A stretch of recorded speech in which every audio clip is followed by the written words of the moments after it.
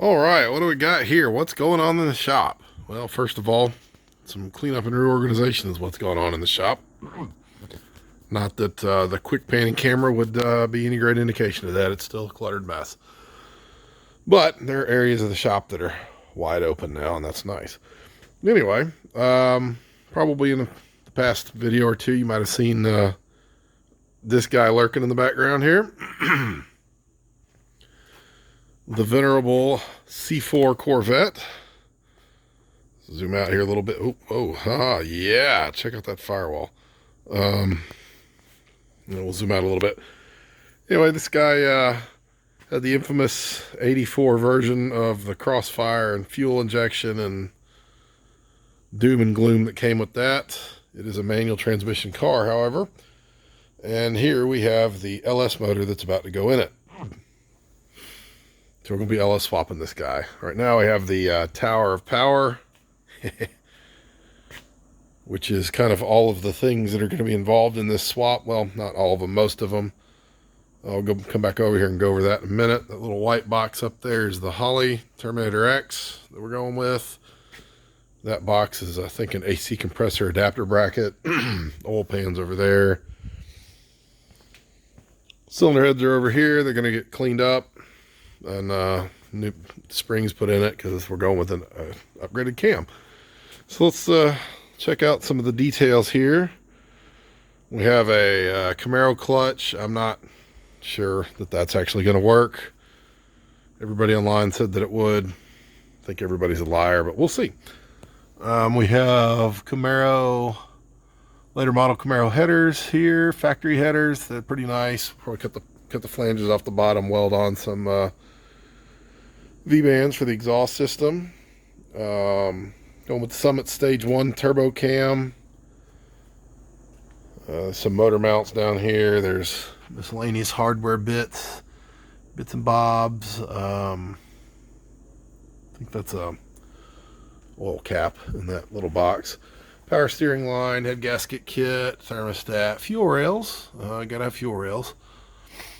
The fuel pump is floating around in here somewhere. Water pump is I think it's an LS2 water pump. I'm not sure exactly which one we went with there, but it's got the wide pulley on it and the forward-facing neck outlet instead of the top outlet on the truck pump.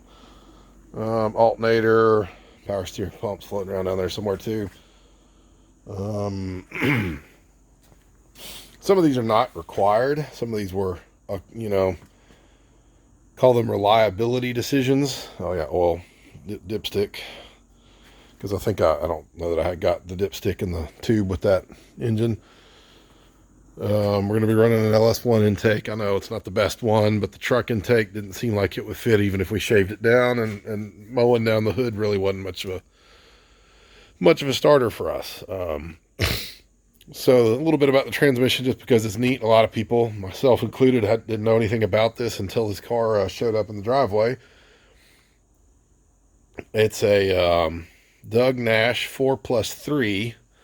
So it's essentially a T10 4-speed transmission with a G-Wiz automatic, essentially a miniature automatic transmission overdrive unit that hangs off the back that can be activated in the early years in second, third, and fourth, and in the later years it can be activated in any gear.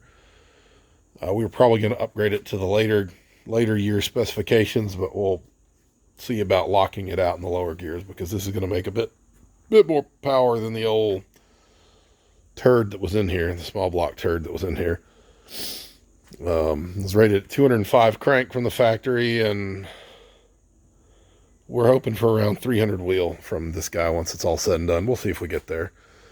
Be nice to get past that, but if it gets to that point, this is going to be a really fun car. Interior's in pretty good shape. We've already pulled the factory engine harness out, although some of that will probably go back in because we're going to try to get the dash to work. We'll see how well that pans out for us. It's got, there's the intake on top of some red blocks. I think those are C6 wheels, or wheels that came off of a C6. I don't even know if those are factory wheels. Whole stack of stuff in the back here. Stack of stuff on top. And yeah, this is Kind of a quick project. It showed up in January, mid-January, and we have just about got everything we need. I think there one of the accessory brackets that we ordered was the wrong one, wrong part number or something like that. So I'll have to get that squared away, and that's it. It's already been in the car, so we already have a pretty good idea how it's going to fit up. The adapter brackets are on there. You can see that we didn't go all the way forward with the motor mounts, putting the engine as far back as possible. I think we're going to be able to get away with that. And the nice thing is you can see some scratches on the firewall down there and over there a little bit, but nothing has to be cut in order to get it to fit. So here's hoping that half inch or so that doesn't come back to bite us later.